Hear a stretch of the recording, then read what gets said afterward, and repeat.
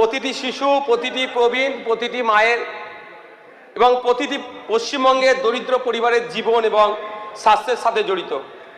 Sir, একটি সভ্য রাষ্ট্রের পরিচয় তার অট্টালিকাকে দিয়ে নয়, তার নাগরিকদেরকে স্বাস্থ্য পরিষেবার মানের উপর নির্ভর করে। যে সরকার তার নাগরিককে সময় মতো স্বাস্থ্য পরিষেবা দিতে পারে না, সে তার উন্নয়নের দাবিতে স্বাভাবিকভাবেই প্রশ্নের সম্মুখীন হবে। স্যার, পশ্চিমবঙ্গ সরকার 2026-27 অর্থবর্ষের জন্য 24,753 কোটি টাকা বরাদ্দের কথা উল্লেখ করেছে। তবে এই একটা বড় অংশ অবশ্যই আশাব্যঞ্জক হয়, কিন্তু প্রশ্ন থেকে যায়, স্বাস্থ্য ব্যবস্থার কি পরিবর্তন হবে, না বিগত দিনের ন্যায় সিন্ডিকেট রাজ যেভাবে জাঁকিয়ে বসেছিল একইভাবে থাকবে? স্যার, স্বাস্থ্য ব্যবস্থার বরাদ্দ কত হয়েছে তার থেকে বড় কথা, যখন আমরা দেখব নিয়মিত কোনো গর্ভবতী মা হসপিটালে বেড পাচ্ছে, একজন বৃদ্ধাকে এমআরআই করার জন্য কোনো বেসরকারি প্রতিষ্ঠানে যেতে হচ্ছে না, অথবা দুর্ঘটনায় আহত কোনো ব্যক্তিকে এই হসপিটাল থেকে ওই হসপিটালে যাওয়ার যে পীড়াদায়ক যন্ত্রণার সম্মুখীন হতে হয় সেটা থেকে মুক্তি পাচ্ছে, অথবা কোনো গরিব মানুষ তার চিকিৎসা পরিষেবার পরে ঔষধ কেনার জন্য তার পকেট থেকে হাজার হাজার টাকা খরচ করছে না। স্যার, ন্যাশনাল হেলথ পলিসিতে বহুদিন ধরেই সরকারি স্বাস্থ্য ব্যয় বাড়ানোর কথা বলেছে। এই 2026-27 অর্থবর্ষে নতুন সরকার প্রায় 3,500 কোটি টাকা মতো বৃদ্ধি করেছে। অবশ্যই এটা আমাদের কাছে একটা আশার আলো দেখাচ্ছে। তবে স্যার, শুধু বরাদ্দ বৃদ্ধি করলেই হয় না, কোন খাতে কিভাবে খরচ হচ্ছে সেটাও কিন্তু একটা প্রশ্ন থেকে যাচ্ছে। এই নিয়ে স্যার আমি সরকারের কাছে 5টা মৌলিক প্রশ্ন রাখতে চাই।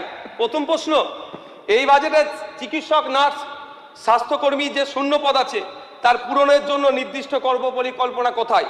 কারণ স্যার, আমরা যদি দেখি central bureau of health intelligence তথ্য অনুযায়ী 78,000 রেজিস্টার্ড অ্যালোপ্যাথি ডক্টর ওয়েস্ট বেঙ্গলে আছে, কিন্তু সেখানে মাত্র 17,692 জন সরকারি পরিষেবা দিচ্ছে বা সরকারের সাথে যুক্ত আছে। একটা বড় যে ল্যাগ তৈরি হচ্ছে, তথ্য বলছে স্যার, নার্স ডক্টর মিলিয়ে ওয়েস্ট বেঙ্গলে প্রায় 65% শর্টেজ আছে, আর স্পেশালিস্ট পোস্টে প্রায় 85% স্যার শর্টেজ আছে। স্যার, যদি আমি ডক্টরের রেশিও দেখি, ডক্টর পপুলেশন রেশিও WHO নির্দেশ অনুযায়ী প্রতি 1000 মানুষের একজনের ডক্টর দেখা দরকার, আর আমাদের ওয়েস্ট বেঙ্গলে বিগত 15 বছরের সরকার নীল সাদা রঙের উন্নয়নের বুলি আউড়ে সেখানে পৌঁছে দিয়েছে 1665 জন পৌঁছে একটা মাত্র ডাক্তার। আমাদের ব্যাপক স্যার ঘাটতি আছে। নার্সের ক্ষেত্রে যদি দেখি, ওয়ার্ল্ড হেলথ অর্গানাইজেশনের নির্দেশ অনুযায়ী 500 জনের ক্ষেত্রে একটা নার্সের হওয়া দরকার ছিল। আমাদের ওয়েস্ট বেঙ্গলে এই মুহূর্তে 1100 জন মানুষ পিছু একজন করে নার্স। কিন্তু এমন অনেক প্রচুর নার্স আছে যারা তাদের নিজস্ব উদ্যোগে রাজ্যের মধ্যে থেকে বা রাজ্যের বাইরে থেকে পড়াশোনা করেছে, কিন্তু তাদেরকে এখনো তাদের সেই সুযোগ দেওয়া হচ্ছে না। এদিকে কিন্তু নার্স পপুলেশন রেশিও বেড়ে যাচ্ছে। স্যার, গত 17 জুলাই একটি Calcutta national medical college and হসপিটালের প্রিন্সিপাল স্যার আমাদের স্বাস্থ্যমন্ত্রী স্যারকে চিঠি করেছেন যে 100 বছরের পুরাতন প্রতিষ্ঠান, ওখানে প্রায় 50% ডক্টরের অনুপস্থিতি সেখানে নাই। এই আমাদের স্যার স্বাস্থ্য ব্যবস্থা, এটার থেকে পরিত্রাণ বাংলার মানুষ পেতে চায়। এর থেকে মানুষ স্বাস্থ্য পরিষেবা যাতে বেটার পায়, তার জন্য আমরা স্বাস্থ্যমন্ত্রী তার কাছে আমি আবেদন করব। দ্বিতীয় প্রশ্ন, স্যার, জেলা হাসপাতালগুলিকে প্রকৃত অর্থে সুপার স্পেশালিটি পরিষেবায় উন্নতিকরণ করার কি পরিকল্পনা আছে? স্যার, আমি প্রকৃত অর্থে এই জন্যই বললাম, এমন ঘটনা আছে পশ্চিমবাংলায়, এক্সরে মেশিন আছে, টেকনিশিয়ান নাই। টেকনিশিয়ান থাকলে এক্সরে যে প্লেট রিপোর্ট করার জন্য না পেপার আছে না প্লেট আছে, এই দুরবস্থা চলছে।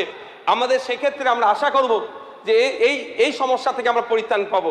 কারণ আমরা বেডের ক্ষেত্রে যদি দেখি, WHO নির্দেশনা অনুযায়ী প্রতি 1000 মানুষের জন্য ওয়েস্ট বেঙ্গলে 3 থেকে 5টা বেডের দরকার। সেখানে আমরা বাস্তবিক অর্থে দেখছি পশ্চিমবাংলায় প্রতি 1000 মানুষের জন্য একটা বা একটার একটু বেশি 1.1 বেড হচ্ছে। এই দুরবস্থার মধ্যে দিয়ে স্যার আমাদের স্বাস্থ্য ব্যবস্থা চলছে। স্যার, আমার তৃতীয় প্রশ্ন, গ্রামীণ স্বাস্থ্য কেন্দ্রগুলিতে বিশেষজ্ঞ চিকিৎসকের নিশ্চিত করার পদক্ষেপ কি নিয়েছে স্বাস্থ্য দপ্তর? কারণ স্যার দেখছি স্পেশালিস্ট যে পোস্ট আছে 85% স্যার সেখানে শর্টেজ। স্যার, আমার চতুর্থ প্রশ্ন, সরকারি হাসপাতালগুলোতে বিনামূল্যে ঔষধ রোগ নির্ণয় পরিষেবা সম্প্রসারণের লক্ষ্যমাত্রা কি? স্যার পঞ্চম প্রশ্ন, বরাদ্দকৃত অর্থ কোথায় কিভাবে খরচ হচ্ছে তার একটা হোয়াইট পেপার জনসম্মুখে আনা হোক। স্যার পরিশেষে, যেহেতু আমার সময় স্বল্প, স্যার আমি দুটো স্যার ডিমান্ড রাখবো। প্রথম ডিমান্ড হচ্ছে স্যার কেন্দ্রীয়ভাবে রেফারেল সিস্টেম করা হোক। এটা মুর্শিদাবাদ, মালদা, দিনাজপুরের মানুষ যখন এখানে চিকিৎসা নিতে আসছে, এখানে বেড না পেয়ে দালালের খপ্পরে পড়ে যাচ্ছে, তা কেন্দ্রীয়ভাবে রেফারেল সিস্টেম ব্যবস্থা হোক।